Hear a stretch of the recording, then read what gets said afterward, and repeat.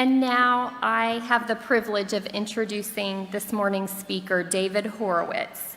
He is a founder and current president of the David Horowitz Freedom Center and also founded the organization Students for Academic Freedom.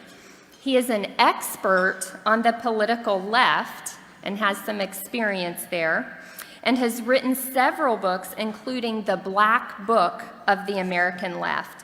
And I count him among America's heroes, in part because he represents a very particular kind of courage that is all too rare today. It's the courage to change one's position upon learning the truth. Please welcome David Horowitz.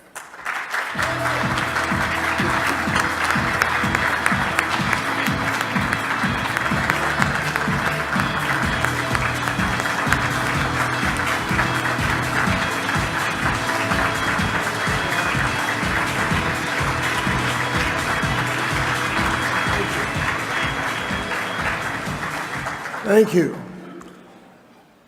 I want to thank my old friend Lisa Nelson and ALEC for inviting us to present our case for a convention of the states whose purpose is to reform our Constitution. Why are we raising this prospect of reform to the fundamental law of the land? It's because we are in the midst of a constitutional crisis, the likes of which have not been seen since the Civil War. It's because a political left, which rejects the framework of our Constitution, is now in control of the Democratic Party and is pursuing an agenda that has already destroyed key pillars of our democracy and will go on to destroy its very foundations if bold measures are not taken. The greatest weakness displayed in defending these foundations by those of us who cherish them is our failure to leverage the power we have, the power that people have given us to stop the assault on our institutions and values. For example, the signature legislation of the Obama administration, the Affordable Care Act, was the greatest assault on individual freedom and individual choice in our lifetimes. You can't keep your doctor if you like him. You can't keep your plan, and you can't choose not to have a plan, the government's plan. Worse still, our real goal is a single-payer system. To have all 330 million Americans in the federal government's pocket. Republicans promised to repeal Obamacare. For 6 years between 2010 and 2016, the American people elected Republican Congresses to do just that, but they didn't. Fear of the Democrats, fear of the media, fear of unintended consequences paralyzed them. The conservative-dominated Supreme Court declared this unconstitutional socialist law called Obamacare constitutional. It took a bold president, unintimidated by the left and its media lackeys, to begin to undo the damage. Here's another example. We control 33 state legislatures that fund and run the schools that shape our future generations from kindergarten to the graduate level. Over the course of half a century, these schools have been turned into indoctrination and recruitment centers for the Democratic Party and its socialist left. Conservative faculty and conservative texts have been purged from our collegiate institutions, and conservative speakers barred from campus. At the K-12 level, school curricula have been turned over to racist organizations like Black Lives Matter and terrorist organizations like the Muslim Brotherhood. Teachers feel entitled to organize students to leave their classrooms and join mass street protests for partisan issues like gun control. School assemblies are held where teachers burst into tears over the election of a Republican president, and sow extravagant fears in their youthful charges as to what that might mean for their futures. Ludicrous doctrines dear to the left, like gender fluidity and white skin privilege, are being taught to first graders. An alphabet book for 5- and 6-year-olds, current in public school systems, is called A is for activist, and F is for feminist, C is for counterculture, counter-corporate vultures. Counter-corporate vultures. M is for megaphones marching, hip hip hooray, it must be May Day. T is for trans. U is for union. Union, yes. X is for Malcolm X. The political subversion of our schools by an anti-American left is without doubt the greatest long-term threat to our democracy. Yet 33 conservative legislatures are doing nothing about it. The solutions are quite straightforward. Withhold funding unless school administrators restore professional standards of fairness, inclusion, and political neutrality in the classroom. I've actually devised a code of ethics for K-12 teachers. All we need is a state legislature to pass it. It's just based on the Hatch Act, and it would bar teachers from taking partisan positions in the classroom. Instead, state appropriations and education committees are sitting on their leverage and not using it because they fear unknown consequences. The same fear is behind the failure to support a convention of the states, whose purpose would be to reform the Constitution to meet the threats we are facing now. Here's what you should actually be afraid of. The Democratic Party is now a socialist party. It is driven by identity politics, a form of cultural Marxism, which is racist and collectivist, the antithesis of what the American founding was about. The current leadership of the Democratic Party views America as a society of racial and sexual hierarchies that need to be reversed. This is a doctrine incompatible with a constitution which is opposed to the characterization of individuals by race, gender, and ethnic origin. A constitution specifically designed to protect individual rights and individual equality, regardless of race, creed, or origin. That's what I was taught when I was in elementary school a century ago. Regardless of race, creed, or origin.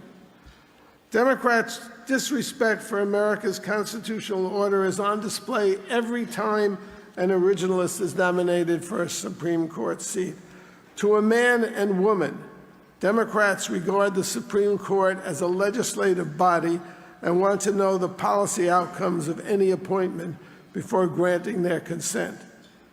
Ever since the character assassinations of Judge Bork and Clarence Thomas, they have politicized the nomination process in the most unscrupulous manner imaginable, and therefore the court as well. The treachery of the court actually began 58 years ago with the decision to ban prayers and then religious references in the schools, so that required texts can no longer refer to pilgrims or America's religious origins. The Supreme Court is supposed to enforce the Constitution.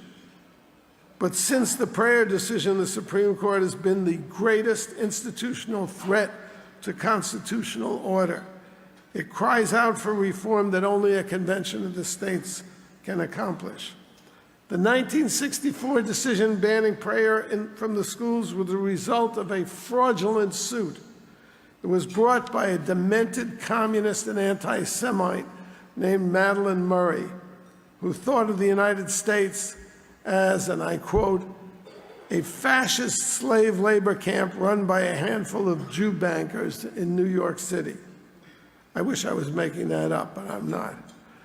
The month before Murray launched her campaign, she was in Europe with her 2 sons seeking to defect to the Soviet Union. Unlike the ACLU, which abetted her case, or the Supreme Court justices who agreed to hear it, the leaders of the Kremlin saw how disturbed she was and refused to take her in. Whereupon she returned to the United States and to declare war on the foundations of our social contract, and was successful. In the Murray case, the Supreme Court decided by a vote of 8-1 to ignore 200 years of continuous tradition. So much for stare decisis, and to justify its betrayal by distorting the First Amendment to pretend that a morning prayer was sufficient to establish a religion.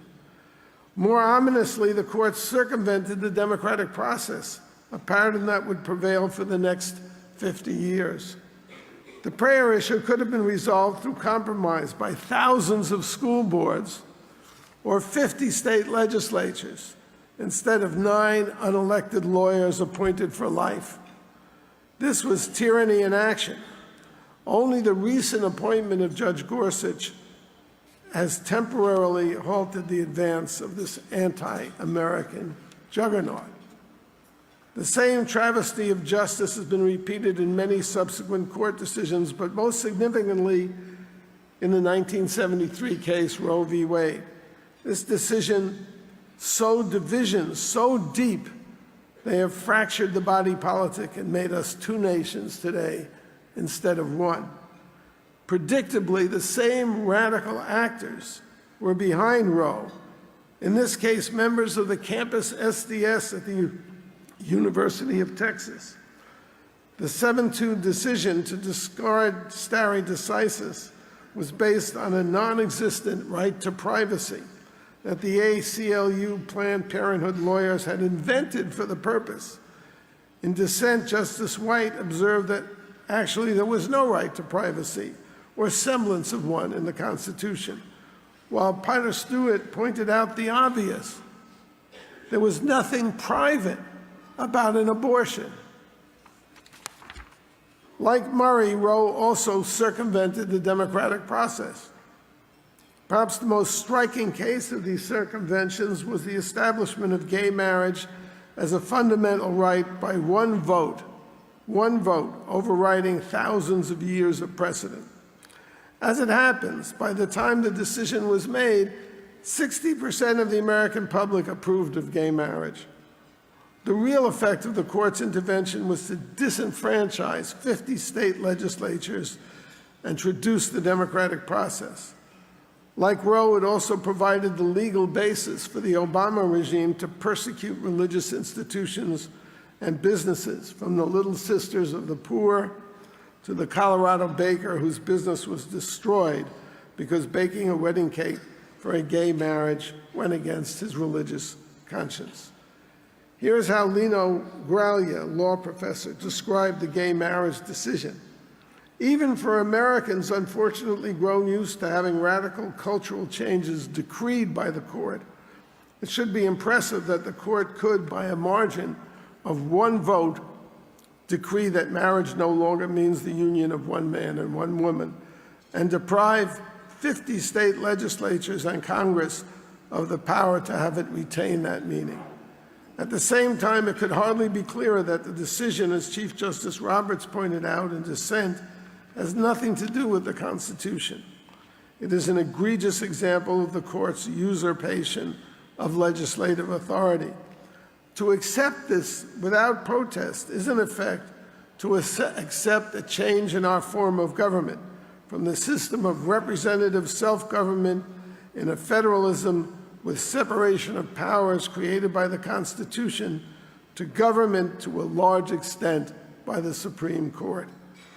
Unfortunately, our constitutional system has failed so far to rise to this challenge and defend the constitutional order to which we are all committed. The principle of democratic pluralism, the idea that government, our government, rests on the consent of the governed, and that the Supreme Court should interpret and enforce the law and not create it. The Convention of the States is your chance, and probably your only chance, to do something about this, to reform the court as necessary, to prevent the federal government from extruding its powers into areas which it was never designed to do, to prevent it from destroying individual freedoms through socialist programs like Obamacare, The Convention of the States is your opportunity to leverage your power in defense of the constitutional system and the nation it created. Do battles like this entail risks? Of course they do. But doing nothing incurs the greatest risk of all. Make no mistake, the left's war on the American founding is not incidental. It is calculated and deliberate. The left's goals, redistribution of income, the so-called leveling of the playing field, privileging so-called marginal groups over so-called oppressor groups, are as incompatible with America's principles of individual freedom, individual accountability, and individual equality as was the slave system that provoked the Civil War. As Lincoln famously said, a nation cannot long endure half slave and half free. Nor can it endure half committed to the collectivist and racist goals of the political left and the principles of individual freedom that built this country. There is no exit from this war. You are either going to fight for America and its ideals, or you are going to surrender to the leftists and help them to prevail. The good news is this: the opportunity to win this war has never been greater. We have entered a new political era with Republican majorities in the Congress, in which a recently elected conservative leader also has shown what principled boldness can accomplish. If we are not paralyzed by fear and self-loathing, we can stand up to our enemies instead of appeasing them. If we are not afraid of upsetting our allies abroad, we can get them to fulfill their commitments and strengthen our alliances. If we are not intimidated by threats of trade wars, we can get free trade and fair trade as a reward for our persistence. The Convention of the States is made for the Trump era. It provides an opportunity to follow the example of our president's boldness, to leverage our power in behalf of the principles we hold dear. It is an opportunity to make America free again, to make America prosperous and strong again. It's an opportunity to make America great again. Don't miss it. Thank you.